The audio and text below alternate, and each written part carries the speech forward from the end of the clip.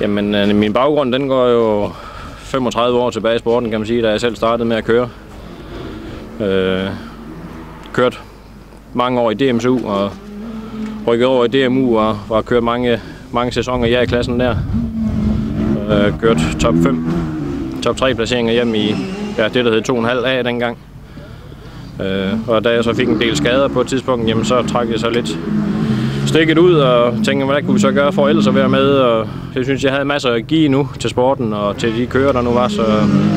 Så jeg startede MK Motorsport og fik fat i nogle unge kører, der var talent i og der var muligheder i. Og så er det så ligesom gået derefter siden.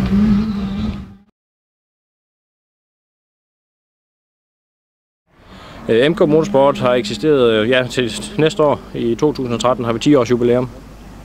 Så det er nogle år, det er blevet til efterhånden. Det var ikke nogen, der regnede med dengang.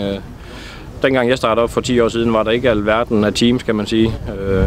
Så der var vi ligesom med til at starte en bølge. Og vi kan se i Ryttergården nu, hvordan det ser ud, og det er den rigtige vej, vi skal gå. Er vi enige om, mange af os i hvert fald, hvis vi skal have noget mere fokus på sporten og have lidt mere at komme med, men at gå sig, når vi skal ud til almene mennesker og ligesom prøve at få dem til at se, hvad motocrossen det er.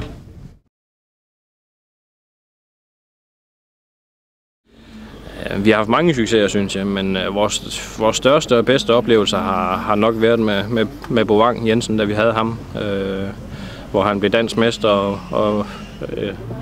og vi kørte VM ud i Randers, hvor han blev 2 eller 3, jeg kan ikke engang lige huske, samlet på dagen der.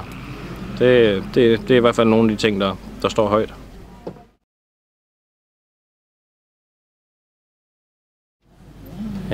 Ja, alt efter hvordan det lige står til.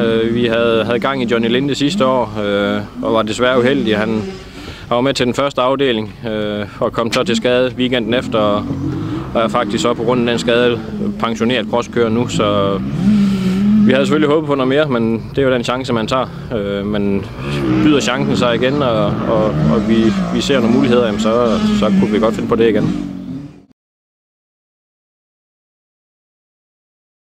Jamen, 2013 der fortsætter vi med vores rigtig gode samarbejde med Suzuki Danmark og deres eftermarkedsprodukter. Og kører til næste år, jamen det bliver dem, vi har haft i år.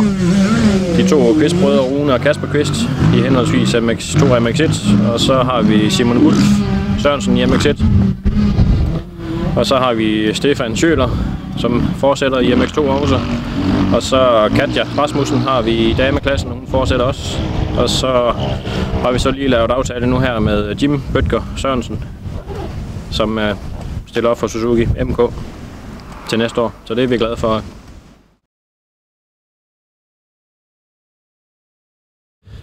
Jamen, jeg forventer selvfølgelig, at de forbereder sig bedst muligt. Vi MK Motorsport og Suzuki i samarbejde giver dem nogle rammer, som gør, at der er mulighed for det, at de kan komme et skridt videre i deres sport. Så selvfølgelig forventer vi, at de kommer med en indstilling om, at tingene er i orden, og de har gjort deres forberedelser derhjemme, så når de skal præstere til de vigtige løb, det er ADM for eksempel, jamen så er de klar, og det er det handler om. Men altså, det er ikke nødvendigvis resultaterne 100%. Jeg kan godt se som gammel motocrosskører, om en kører har en god dag eller en dårlig dag. Så det er ikke 100% resultaterne, vi vægter. Det er også, at indstillingen den er der.